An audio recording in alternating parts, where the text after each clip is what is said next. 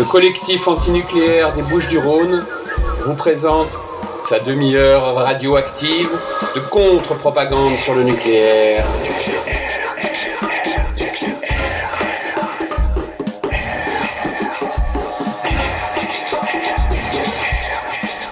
Vous êtes bien sur Radio Galère, dans la demi-heure radioactive, émission animée par le collectif antinucléaire des Bouches-du-Rhône, les 2e et 4e mardis du mois à 14h15. Nous considérons que nous sommes tous et toutes les cobayes de l'industrie nucléaire et que nous sommes tous et toutes les victimes potentielles d'une prochaine catastrophe. C'est pourquoi nous pensons que nous n'avons pas d'autre choix que de s'informer et d'agir, et c'est ce que nous nous efforçons de faire ici. On se retrouve aujourd'hui avec Pièces et main-d'œuvre pour une 2e émission consacrée au nouveau compteur électrique Linky, mais aussi aujourd'hui à une réflexion plus générale sur ce que représente en réalité la mise en place de ce type d'objet dit intelligent pour nos vies. Dans la première émission, il y a 15 jours, on a évoqué les incidences possibles de ce nouveau compteur sur notre santé. Comment il contribuait à nous transformer en cible marketing, comment il constitue un outil de contrôle sur nos vies et comment il s'intégrait dans un plus large objectif de mise en place de vastes réseaux de production d'électricité. Alors aujourd'hui, avec Pièces et main-d'œuvre, j'aurais voulu qu'on tente de déconstruire en fait, tout le discours de propagande concocté pour nous, pour faire croire que la technologie serait la base d'un monde meilleur et merveilleux. On va voir ça tout à l'heure. Bon, alors avant d'aborder ce sujet un peu plus large, peut-être Pièces et main-d'œuvre, vous pouvez vous représenter pour ceux et celles qui ne vous connaîtraient pas. Et puis, j'ai réfléchi. En fait, on a oublié dans notre dernière émission. On a dit tout le mal qu'on pensait de Linky, mais on n'a pas dit ce qu'on pouvait éventuellement faire. Donc, c'est peut-être l'occasion de vous présenter, puis de rétablir cet oubli. Bon, bonjour. Alors, Pièces et main-d'œuvre, pour résumer ça rapidement, nous sommes des Grenoblois. Et Pièces et main-d'œuvre est le nom, disons, d'une activité qui est orientée autour de l'enquête critique, c'est-à-dire que depuis une quinzaine d'années, notre activité principale consiste à enquêter d'abord sur notre ville, Grenoble, qui est historiquement la première des technopoles en France, et de façon plus large sur les technologies. Nous enquêtons sur la manière dont les technologies, et singulièrement les technologies actuelles, les technologies dites de pointe, modifient nos villes, notre ville, mais toutes les villes qui sont amenées à devenir des technopoles, modifient nos vies, nos rapports sociaux, humains, et notre rapport à nous-mêmes, au temps, à l'espace, bref, modifie tout. Et c'est ainsi que depuis 15 ans, nous avons produit des enquêtes sur les nanotechnologies, la biologie de synthèse, le numérique, et beaucoup d'autres déclinaisons de ce qu'on appelle aujourd'hui les technologies convergentes. Voilà, qui nous a amené finalement à essayer d'expliquer ce que c'était que le capitalisme à l'ère technologique et l'idéologie qui le gouverne, qui maintenant est connue de tous, je crois, et qui s'appelle le transhumanisme. Voilà pour une présentation très très très rapide. Oui, il faut absolument aller explorer tout à fait à fond votre site internet qui regorge de textes. Voilà, il y a beaucoup de textes, d'enquêtes. On invite les gens à les lire sur papier, parce que malheureusement, est un peu contraint de passer par ce canal pour se faire connaître, mais on invite vraiment les gens à nous lire sur papier, parce que il n'y a que sur le papier, nous semble-t-il, que les idées peuvent vraiment voyager de cerveau en cerveau. Voilà. Très bien, je suis d'accord. Et alors, sur notre petit oubli de la dernière émission. Oui, tout à fait. Alors, très simplement, la loi s'impose à tous, mais la loi a oublié de dire ce qui se passait si on refusait. Donc il y a un vide juridique dans lequel il faut s'engouffrer de toute urgence parce que les autorités concédantes, en principe c'est ERDF, désormais rebaptisé Enedis, se dépêchent d'installer les compteurs Linky partout. Donc il faut d'abord, envoyer une lettre en recommandé avec accusé de réception à Enedis, donc anciennement ERDF, en expliquant qu'on refuse le compteur et envoyer ce courrier en double à son maire pour information. Alors ceci n'a aucune valeur juridique, je m'empresse de le dire, mais c'est simplement pour qu'on puisse faire valoir le fait que cette opposition existe, éventuellement qu'elle grossit, et que du point de vue des autorités, ça soit pris en compte. En fait, ce qui compte réellement, c'est d'empêcher l'accès au compteur.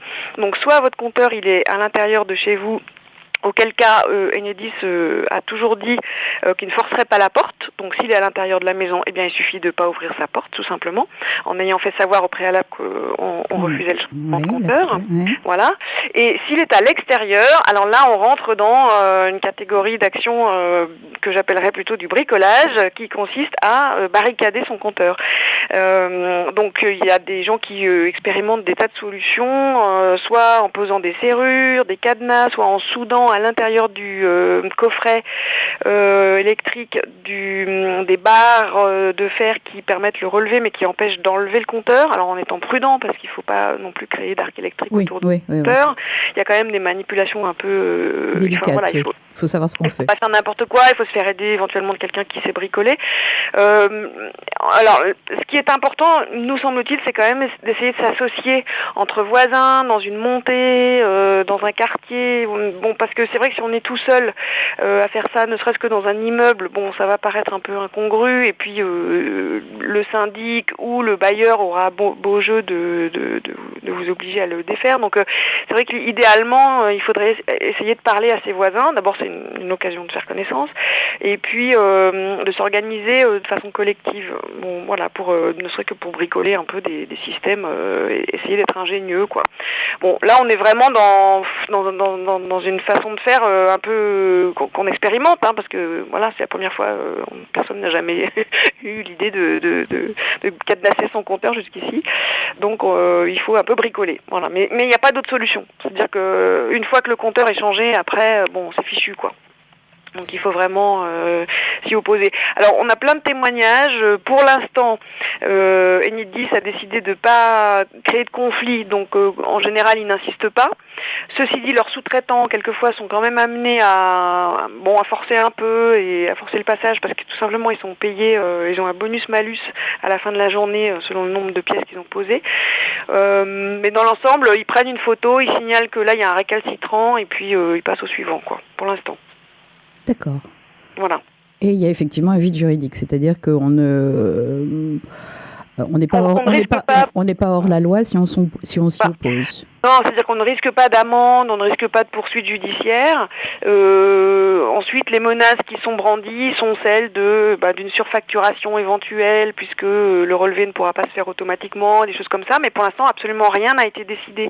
C'est la commission de régulation de l'énergie qui est chargée de ce genre de choses, et elle n'a rien dit pour l'instant. Je crois qu'ils attendent de voir, au fond, quelle proportion ça va prendre l'opposition. Oui, c'est ça, exactement. Voilà. D'accord, donc c'est à nous d'agir. Bien. Voilà, et j'insiste sur le fait qu'il faut faire vite, parce que eux ne respectent absolument pas les calendriers qu'ils annoncent. C'est-à-dire qu'il faut pas se fier du tout au fait que dans votre ville ou votre village c'est prévu pour un tel moment et que vous avez encore le temps. Ils ne respectent pas les calendriers, ils passent partout où les compteurs sont accessibles. Donc il faut pas attendre. Voilà. D'accord. Bien. Eh ben on va. Alors, je vais en profiter pour redire que si vous avez envie sur Marseille, dans la région, de vous opposer au compteur Linky, vous pouvez prendre contact avec nous, collectif antinucléaire 13. On va essayer de s'organiser. Alors pas cet été parce que pour les raisons qu'on sait sur Marseille, tout le monde sera à la plage. À la plage ou le compteur. mais dès la rentrée, voilà, on va s'organiser. C'est bien. Alors, ce compteur Linky, donc il y a il y a une promotion. Et la promotion de ce compteur par ERDF, Enedis, se fait au nom des économies d'énergie, d'électricité, et au nom de la transition énergétique. Alors, je voudrais là qu'on commence à venir à une vision un petit peu plus large de la question et qu'on parle des différentes illusions dans lesquelles s'engouffrent allègrement et pour des raisons variées les écolos entre guillemets. Alors il y a les Verts, la plupart des antinucléaires, et toute cette mouvance autour d'Alternativa, de Colibri, voilà, les gens qui ont un discours positif, qui expliquent qu'il y aurait des solutions à nos problèmes divers et variés, surtout au réchauffement climatique d'ailleurs, et que la transition énergétique, ce serait, en fait, si elle est menée correctement grâce aux énergies renouvelables, ce sera drôlement bien. Alors moi, je ne sais pas ce que vous en pensez à Pièces et main-d'œuvre de cette histoire de transition énergétique, mais... Alors, il y a beaucoup de choses à dire. On va essayer d'ordonner un peu tout ça. La transition énergétique, ça fait partie de ces formules qu'on peut associer à la croissance verte. C'est-à-dire que il s'agit non pas de remettre en cause le dogme de la croissance économique, mais au contraire de poursuivre simplement en donnant l'illusion que on va badigeonner ça en vert et qu'on pourra continuer à faire comme avant avec d'autres moyens. Alors, une fois qu'on a dit ça, on voit qu'il y a des contradictions qui, tout de même, dans la réalité, sont difficiles à résoudre, notamment l'épuisement des ressources naturelles, l'effondrement écologique, les problèmes climatiques qui atteignent maintenant des niveaux qui font que si on ne fait pas un rétropédalage, c'est-à-dire si on n'arrive pas à diminuer en valeur absolue l'empreinte que nous avons sur la planète, on continuera comme avant, c'est-à-dire qu'on ira dans le mur. Et en fait, la transition énergétique, c'est un slogan qui essaye de faire croire qu'en injectant un pourcentage d'énergie dite renouvelable, on améliore les choses. Mais encore une fois, il est question de pourcentage et non pas de valeur absolue. C'est-à-dire, c'est pas parce qu'on met 20% d'électricité d'origine dite renouvelable que on diminue la consommation totale. En fait, la consommation totale, elle augmente. Et pourquoi est-ce qu'elle augmente ? Elle augmente à cause du monde connecté. Elle augmente à cause de ce qu'ils appellent la planète intelligente, c'est-à-dire une planète où tout est connecté. Et or, les connexions ne fonctionnent pas magiquement, mais fonctionnent à l'électricité. Donc, premièrement, il n'y a pas de diminution globale de la consommation d'électricité, et il y a l'illusion que c'est pas grave, on peut continuer à consommer plus parce qu'on consommerait plus propre. Alors ça, c'est une deuxième illusion, parce que les énergies dites renouvelables à l'échelle industrielle, puisque il faut quand même continuer à consommer, donc on est dans des échelles considérables. Donc on fait de l'industriel renouvelable, si on peut se permettre cet oxymore. Et nous, dans la collection négatif aux éditions L'Échappée, on a publié un livre là-dessus qui s'appelle Le Soleil en face, écrit par un de nos camarades, et qui a bien analysé ce que ça représentait en fait que l'industrie des énergies renouvelables, c'est-à-dire le solaire industriel, l'éolien industriel, ce sont des choses qui n'ont absolument rien d'écologique, que ça soit en termes de consommation de ressources, de pollution et de dégradation de l'environnement, des paysages et autres. Donc ça, c'est de l'illusion évidente. Alors je ne parle pas évidemment du nucléaire, que quand même, avec des gens comme vous, on ne peut pas considéré comme étant une énergie propre, mais enfin c'est vrai que on nous fait croire au fond que l'électricité c'est propre. Or l'électricité n'est pas propre, ne l'a jamais été, et il nous semble ne le sera jamais, en tout cas en tant que système centralisé et industriel. On a récemment eu, nous, l'occasion dans notre région de s'intéresser à un très vieux patrimoine industriel de petites usines, de petits ateliers qui étaient construits le long des rivières de montagne.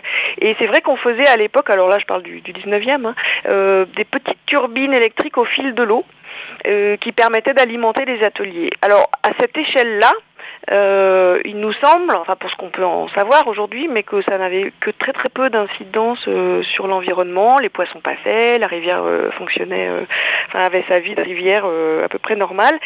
Et voilà, sauf que c'est une petite production d'électricité. Évidemment, on n'alimente pas l'usine de ST Microelectronics à Crolles qui produit les puces électroniques de nos téléphones portables avec une toute petite turbine dans la rivière.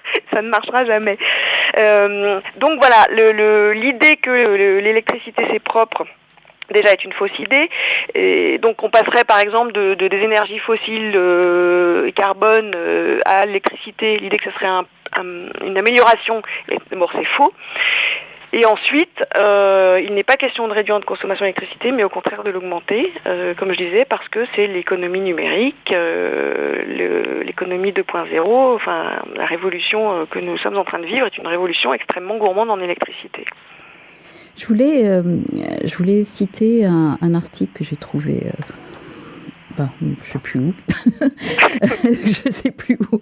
C'est un article de Jean-Baptiste Fressos qui s'appelle Pour une histoire désorientée de l'énergie. En 2013. Et ce qu'il dit sur la transition énergétique me plaît bien.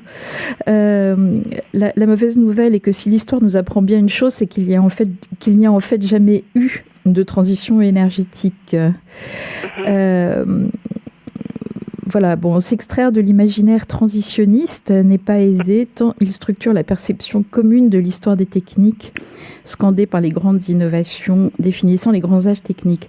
La transition énergétique, on nous a récemment servi l'âge des énergies renouvelables, celui du numérique, de la génétique, des nanos, etc. Cette vision n'est pas seulement linéaire, elle est simplement fausse. Elle ne rend pas compte de l'histoire matérielle de notre société qui est fondamentalement cumulative. Alors, j'aime bien ça, parce que c'est effectivement ça, c'est pas c'est toujours plus.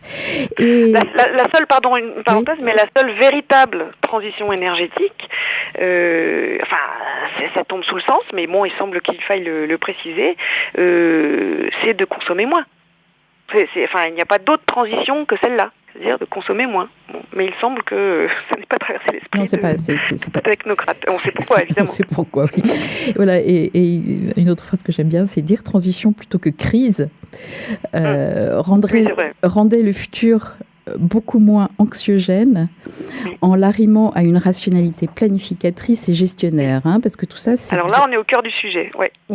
C'est bien, on est bien dans les mots-clés, là, c'est optimisation, planification, efficacité, rationalisation, etc. Voilà. C'est ce que nous, on a résumé sous le terme l'enfer vert. Voilà, j'allais y venir. C'est très bien. Allez-y, l'enfer vert. Là, on va faire une vraie transition. Qu'est-ce que c'est que ça ? Alors, nous, on a appelé ça l'enfer vert avec une majuscule parce que il nous semble que les premiers responsables de ça sont effectivement les élus et technocrates verts, c'est-à-dire du parti qui porte ce nom.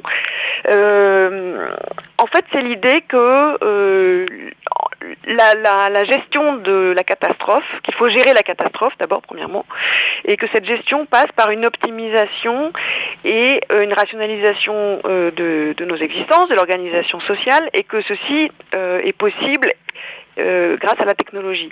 Il faut comprendre que la pensée des élus et des militants et donc de toute cette mouvance verte, c'est une pensée technicienne d'abord. C'est-à-dire d'abord parce que dans le personnel de militants et élus de ce parti, il y a énormément d'ingénieurs et de techniciens. C'est le cas chez nous à Grenoble où ils sont quand même au pouvoir. Réellement depuis les dernières élections, mais ils participaient déjà aux deux municipalités précédentes. Nous avons des ingénieurs verts qui dirigent notre ville, mais c'est le cas partout ailleurs. Tom Jo, qui a écrit le livre sur l'enfer vert à Lille, décrit exactement le même personnel et la même idéologie. Cette idéologie, c'est l'idée que la technologie va nous aider à résoudre le problème écologique en prenant le pas sur les décisions humaines. C'est-à-dire qu'il faut confier à la machine la gestion rationnelle en lui disant voilà les objectifs, voilà les paramètres, on programme en quelque sorte la machine et c'est elle qui pilote la vie, d'où l'idée de cette ville intelligente, cette fameuse ville intelligente où tout est interconnecté, où les réseaux, le transport, donc l'énergie, tout est pilotable à distance et permet de dire attention, là je peux intervenir de façon centralisée pour optimiser l'utilisation des ressources. C'est une idéologie en fait qui vient du paradigme cybernétique. Si on peut refaire un tout petit peu d'histoire, la cybernétique, c'est un terme qui est forgé juste après la guerre par un ingénieur, par un mathématicien, qui s'appelle Norbert Wiener aux États-Unis, et qui dit au fond les hommes ont failli. La guerre prouve que les hommes ne sont pas fiables pour prendre en main leur destin, et donc il faut que ce soit la machine qui nous aide à gouverner. C'est l'idée d'un pilotage des sociétés humaines par la machine qui sera meilleure que si on confie aux hommes. Voilà, et cette idée-là de la cybernétique, bon, au départ, quand on est en 48, ça peut paraître un peu fumeux, si on dit oui, d'accord, une machine qui pilote. Bon, on voit pas trop. Quand on est en 2016, à l'heure d'Internet, des objets connectés, des puces RFID, des réseaux, on voit très bien de quoi il s'agit. Ça y est, c'est devenu possible.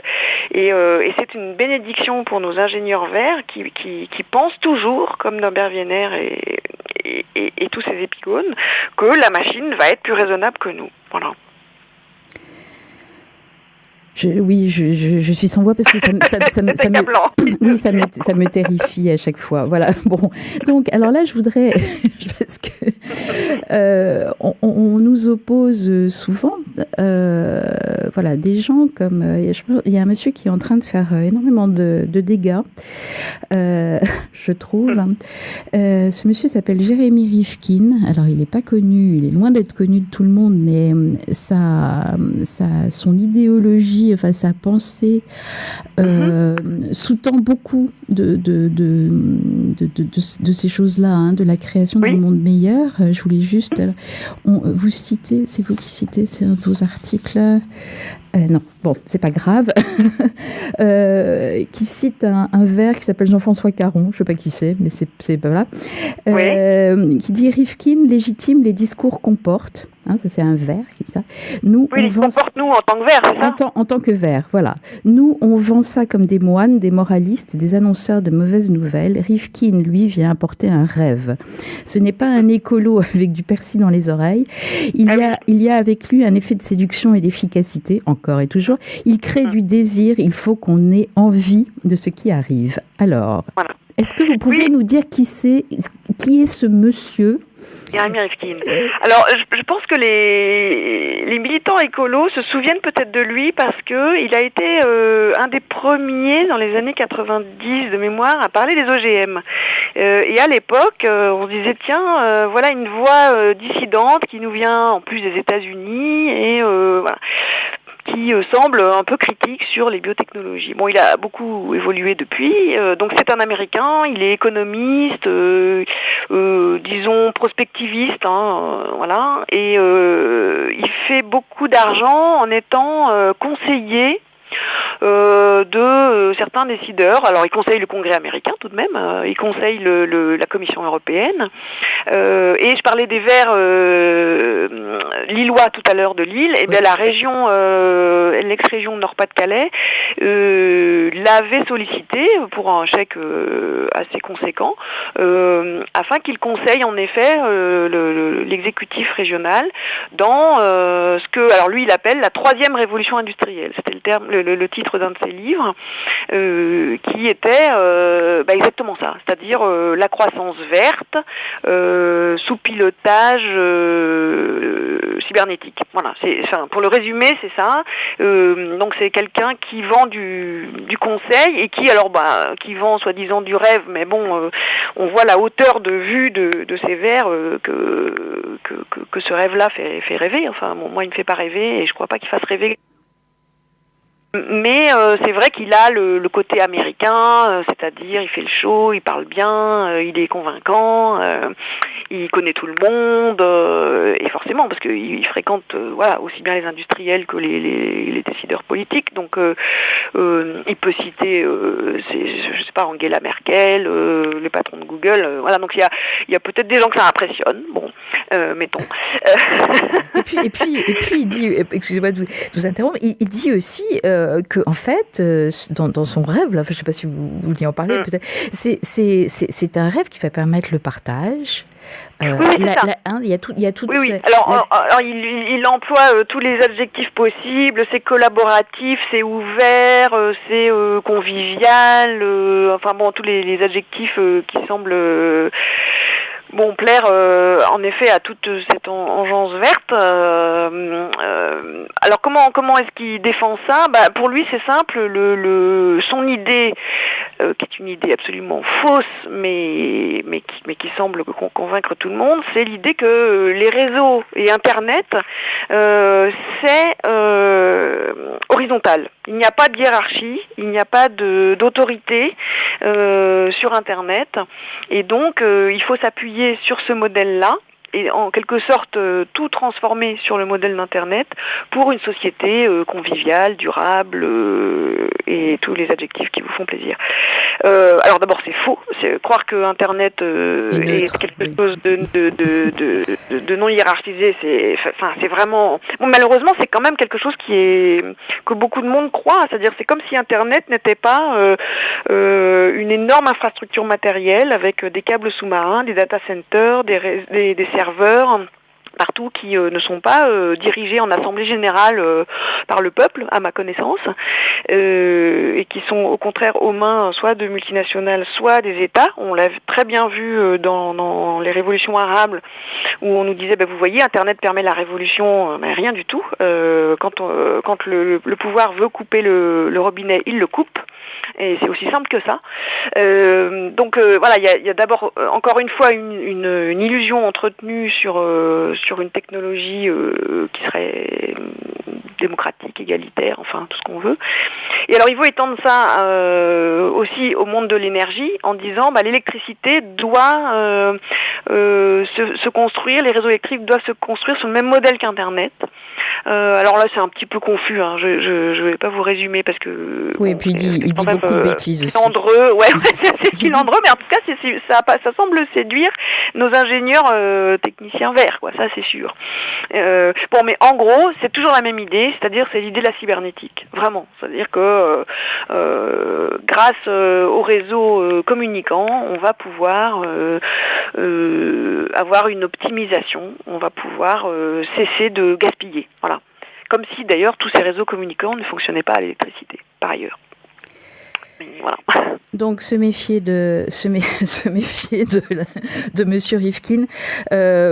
Et alors pour lui, moi je trouve ça très dangereux aussi. Il explique en fait que la question énergétique, c'est la question de base, et c'est elle qui détermine en fait l'organisation sociale et la politique. Et donc si on résout cette question énergétique de façon soi-disant démocratique, partage, machin, etc., réseau communicant, la société suivra, quoi. L'organisation de la société suivra. Oui, et juste pour compléter, en fait, il y a dans ce paradigme cybernétique une idée qui est totalitaire au sens où cette idée, et lui, alors il le reprend par le biais de longs passages sur la biosphère. Enfin, c'est l'idée qu'on est tous reliés, qu'on est tous connectés. En fait, c'est une vieille idée. Déjà, Teilhard de Chardin parlait de la noosphère et l'idée qu'on pourrait finalement ne former qu'un seul individu, c'est-à-dire que les humains seraient tous reliés, un seul cerveau, voilà. Et donc c'est vraiment un courant de pensée totalisant et nous semble-t-il, peu compatible avec l'idée qu'on se fait de la liberté. Quelqu'un avait vu ça très bien il y a très longtemps, déjà dans les années 70, c'est Bernard Charbonneau, pionnier de l'écologie politique en France avec Jacques Ellul, mais depuis fort longtemps déjà, dès les années 30-40. Et il avait écrit un livre qui s'appelle Le Feu vert, qui a été réédité, donc j'en recommande vraiment la lecture, où il expliquait ça, où il parlait de l'avènement au fond peut-être d'un écofascisme, c'est-à-dire de cette idée que au nom d'une tentative de freiner la catastrophe écologique, on serait obligé, contraint de renforcer toutes les formes d'organisation sociale et d'arriver au fond à un monde, c'est celui qu'on est en train de préparer, c'est-à-dire interconnecté, où l'ensemble serait piloté par ordinateur, et que lui vraiment qualifiait d'écofascisme, c'est-à-dire un système totalitaire qui, sous la plume de Jeremy Rifkin, est un système convivial. Voilà. Bien, là je crois qu'on a bien déconstruit là. Oui, aussi André Gors dans Écologie et Liberté. Tout ça date des années 70. Hein. C'est terrible, c'est-à-dire que ces anciens ont tout décrit depuis des décennies. Vraiment, on n'a presque rien inventé. Ils avaient déjà tout décrit. On vient de passer une demi-heure ensemble. On dirait qu'on s'est un petit peu éloigné de notre affaire nucléaire, mais bon, pas tant que ça. Si vous me permettez, parce que j'ai relu il y a pas longtemps Le meilleur des mondes de Huxley, qu'on lit quand on est à l'école, au collège, et là je l'ai relu. Et ça date de 1932, ce livre. Hein, et en particulier, il a fait la préface en 1946 à ce livre. J'aimerais bien c'est un petit peu long, mais j'aimerais bien en lire quand même quelques extraits, puis ça nous permettra de conclure. Voilà. Alors, où est-ce que je vais commencer ça ? Toujours très difficile d'extraire des passages du meilleur des mondes. Alors c'est la préface en fait. D'accord. Donc, alors en attendant, bon allez, je commence là au hasard. En attendant, nous sommes dans la première phase de ce qui est peut-être l'avant-dernière révolution. Il se peut que la phase suivante en soit la guerre atomique, auquel cas nous n'avons pas à nous préoccuper des prophéties au sujet de l'avenir. Mais il est concevable que nous puissions avoir assez de bon sens, sinon pour cesser complètement de nous battre, du moins pour nous conduire aussi raisonnablement que l'ont fait nos ancêtres du XVIIIe siècle. Alors, en admettant donc que nous soyons capables de tirer de Hiroshima une leçon équivalente de celle que nos ancêtres ont tirée de Magdebourg, nous pouvons envisager une période non pas certes de paix, mais de guerre limitée qui ne soit que partiellement ruineuse. Alors, au cours de cette période, on peut admettre que l'énergie nucléaire sera attelée à des usages industriels. Le résultat, la chose est assez évidente, sera une série de changements économiques et sociaux plus rapides et plus complets que tout ce qui s'est vu à ce jour. Toutes les formes générales existantes de la vie humaine seront brisées et il faudra improviser des formes nouvelles pour conformer à ce fait non humain qu'est l'énergie atomique.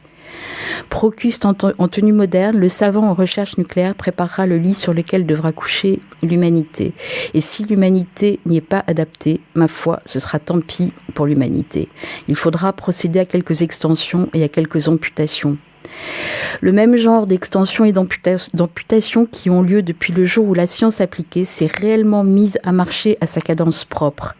Mais cette fois, elles seront considérablement plus rigoureuses que par le passé. Ces opérations, qui seront loin de se faire sans douleur, seront dirigées par des gouvernements totalitaires, éminemment centralisés. C'est là une chose inévitable, etc., etc., etc. Et pour faire rapide, c'est vraiment extrêmement percutant. Oui, ce qu'il dit là, juste un mot, c'est que le capitalisme technologique et la technoscience bouleverse en permanence nos conditions d'existence et que nous sommes priés de nous y adapter ou de disparaître. Voilà. Et seul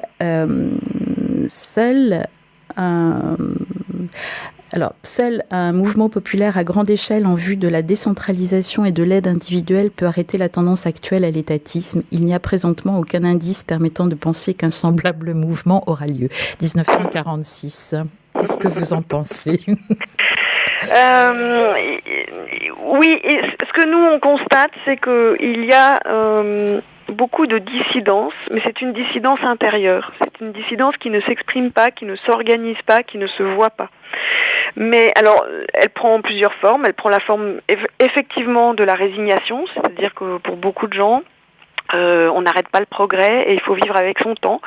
Mais c'est pas de gaieté de cœur, nous semble-t-il, hein, à part une minorité très très exaltée. Mais pour la grande masse des habitants, il y a une forme de résignation et de désarroi qui s'exprime peu.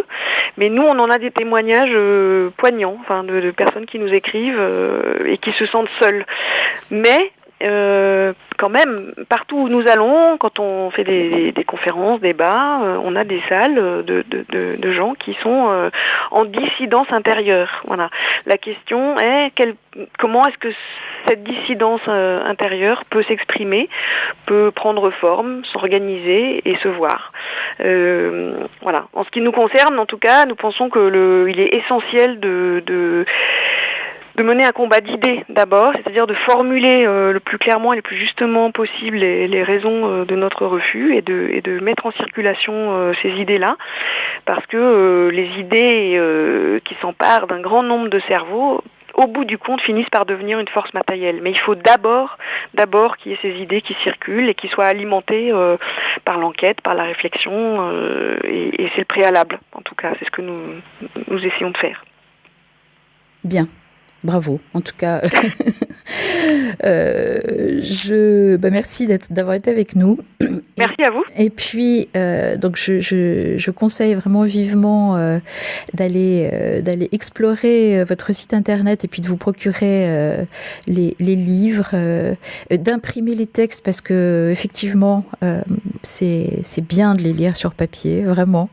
Voilà, on peut aussi nous fournir les impressions papier, mais les gens trouveront les explications sur le site, mais on a réédité presque tous nos textes en format brochure papier et ils sont à disposition de nos lecteurs. D'accord, très bien, parfait. Voilà, nous on va se quitter. Merci à Sidi pour la technique et puis vous pouvez retrouver toutes nos émissions depuis 5 ans sur le nucléaire, la lutte antinucléaire. Bon, ça, il y aurait encore beaucoup de choses à dire sur le mot lutte, mais on va pas s'y mettre maintenant. Voilà, sur notre blog collectif antinucléaire 13. Merci Pièces et main d'œuvre pour votre travail et votre réflexion. À bientôt. À bientôt.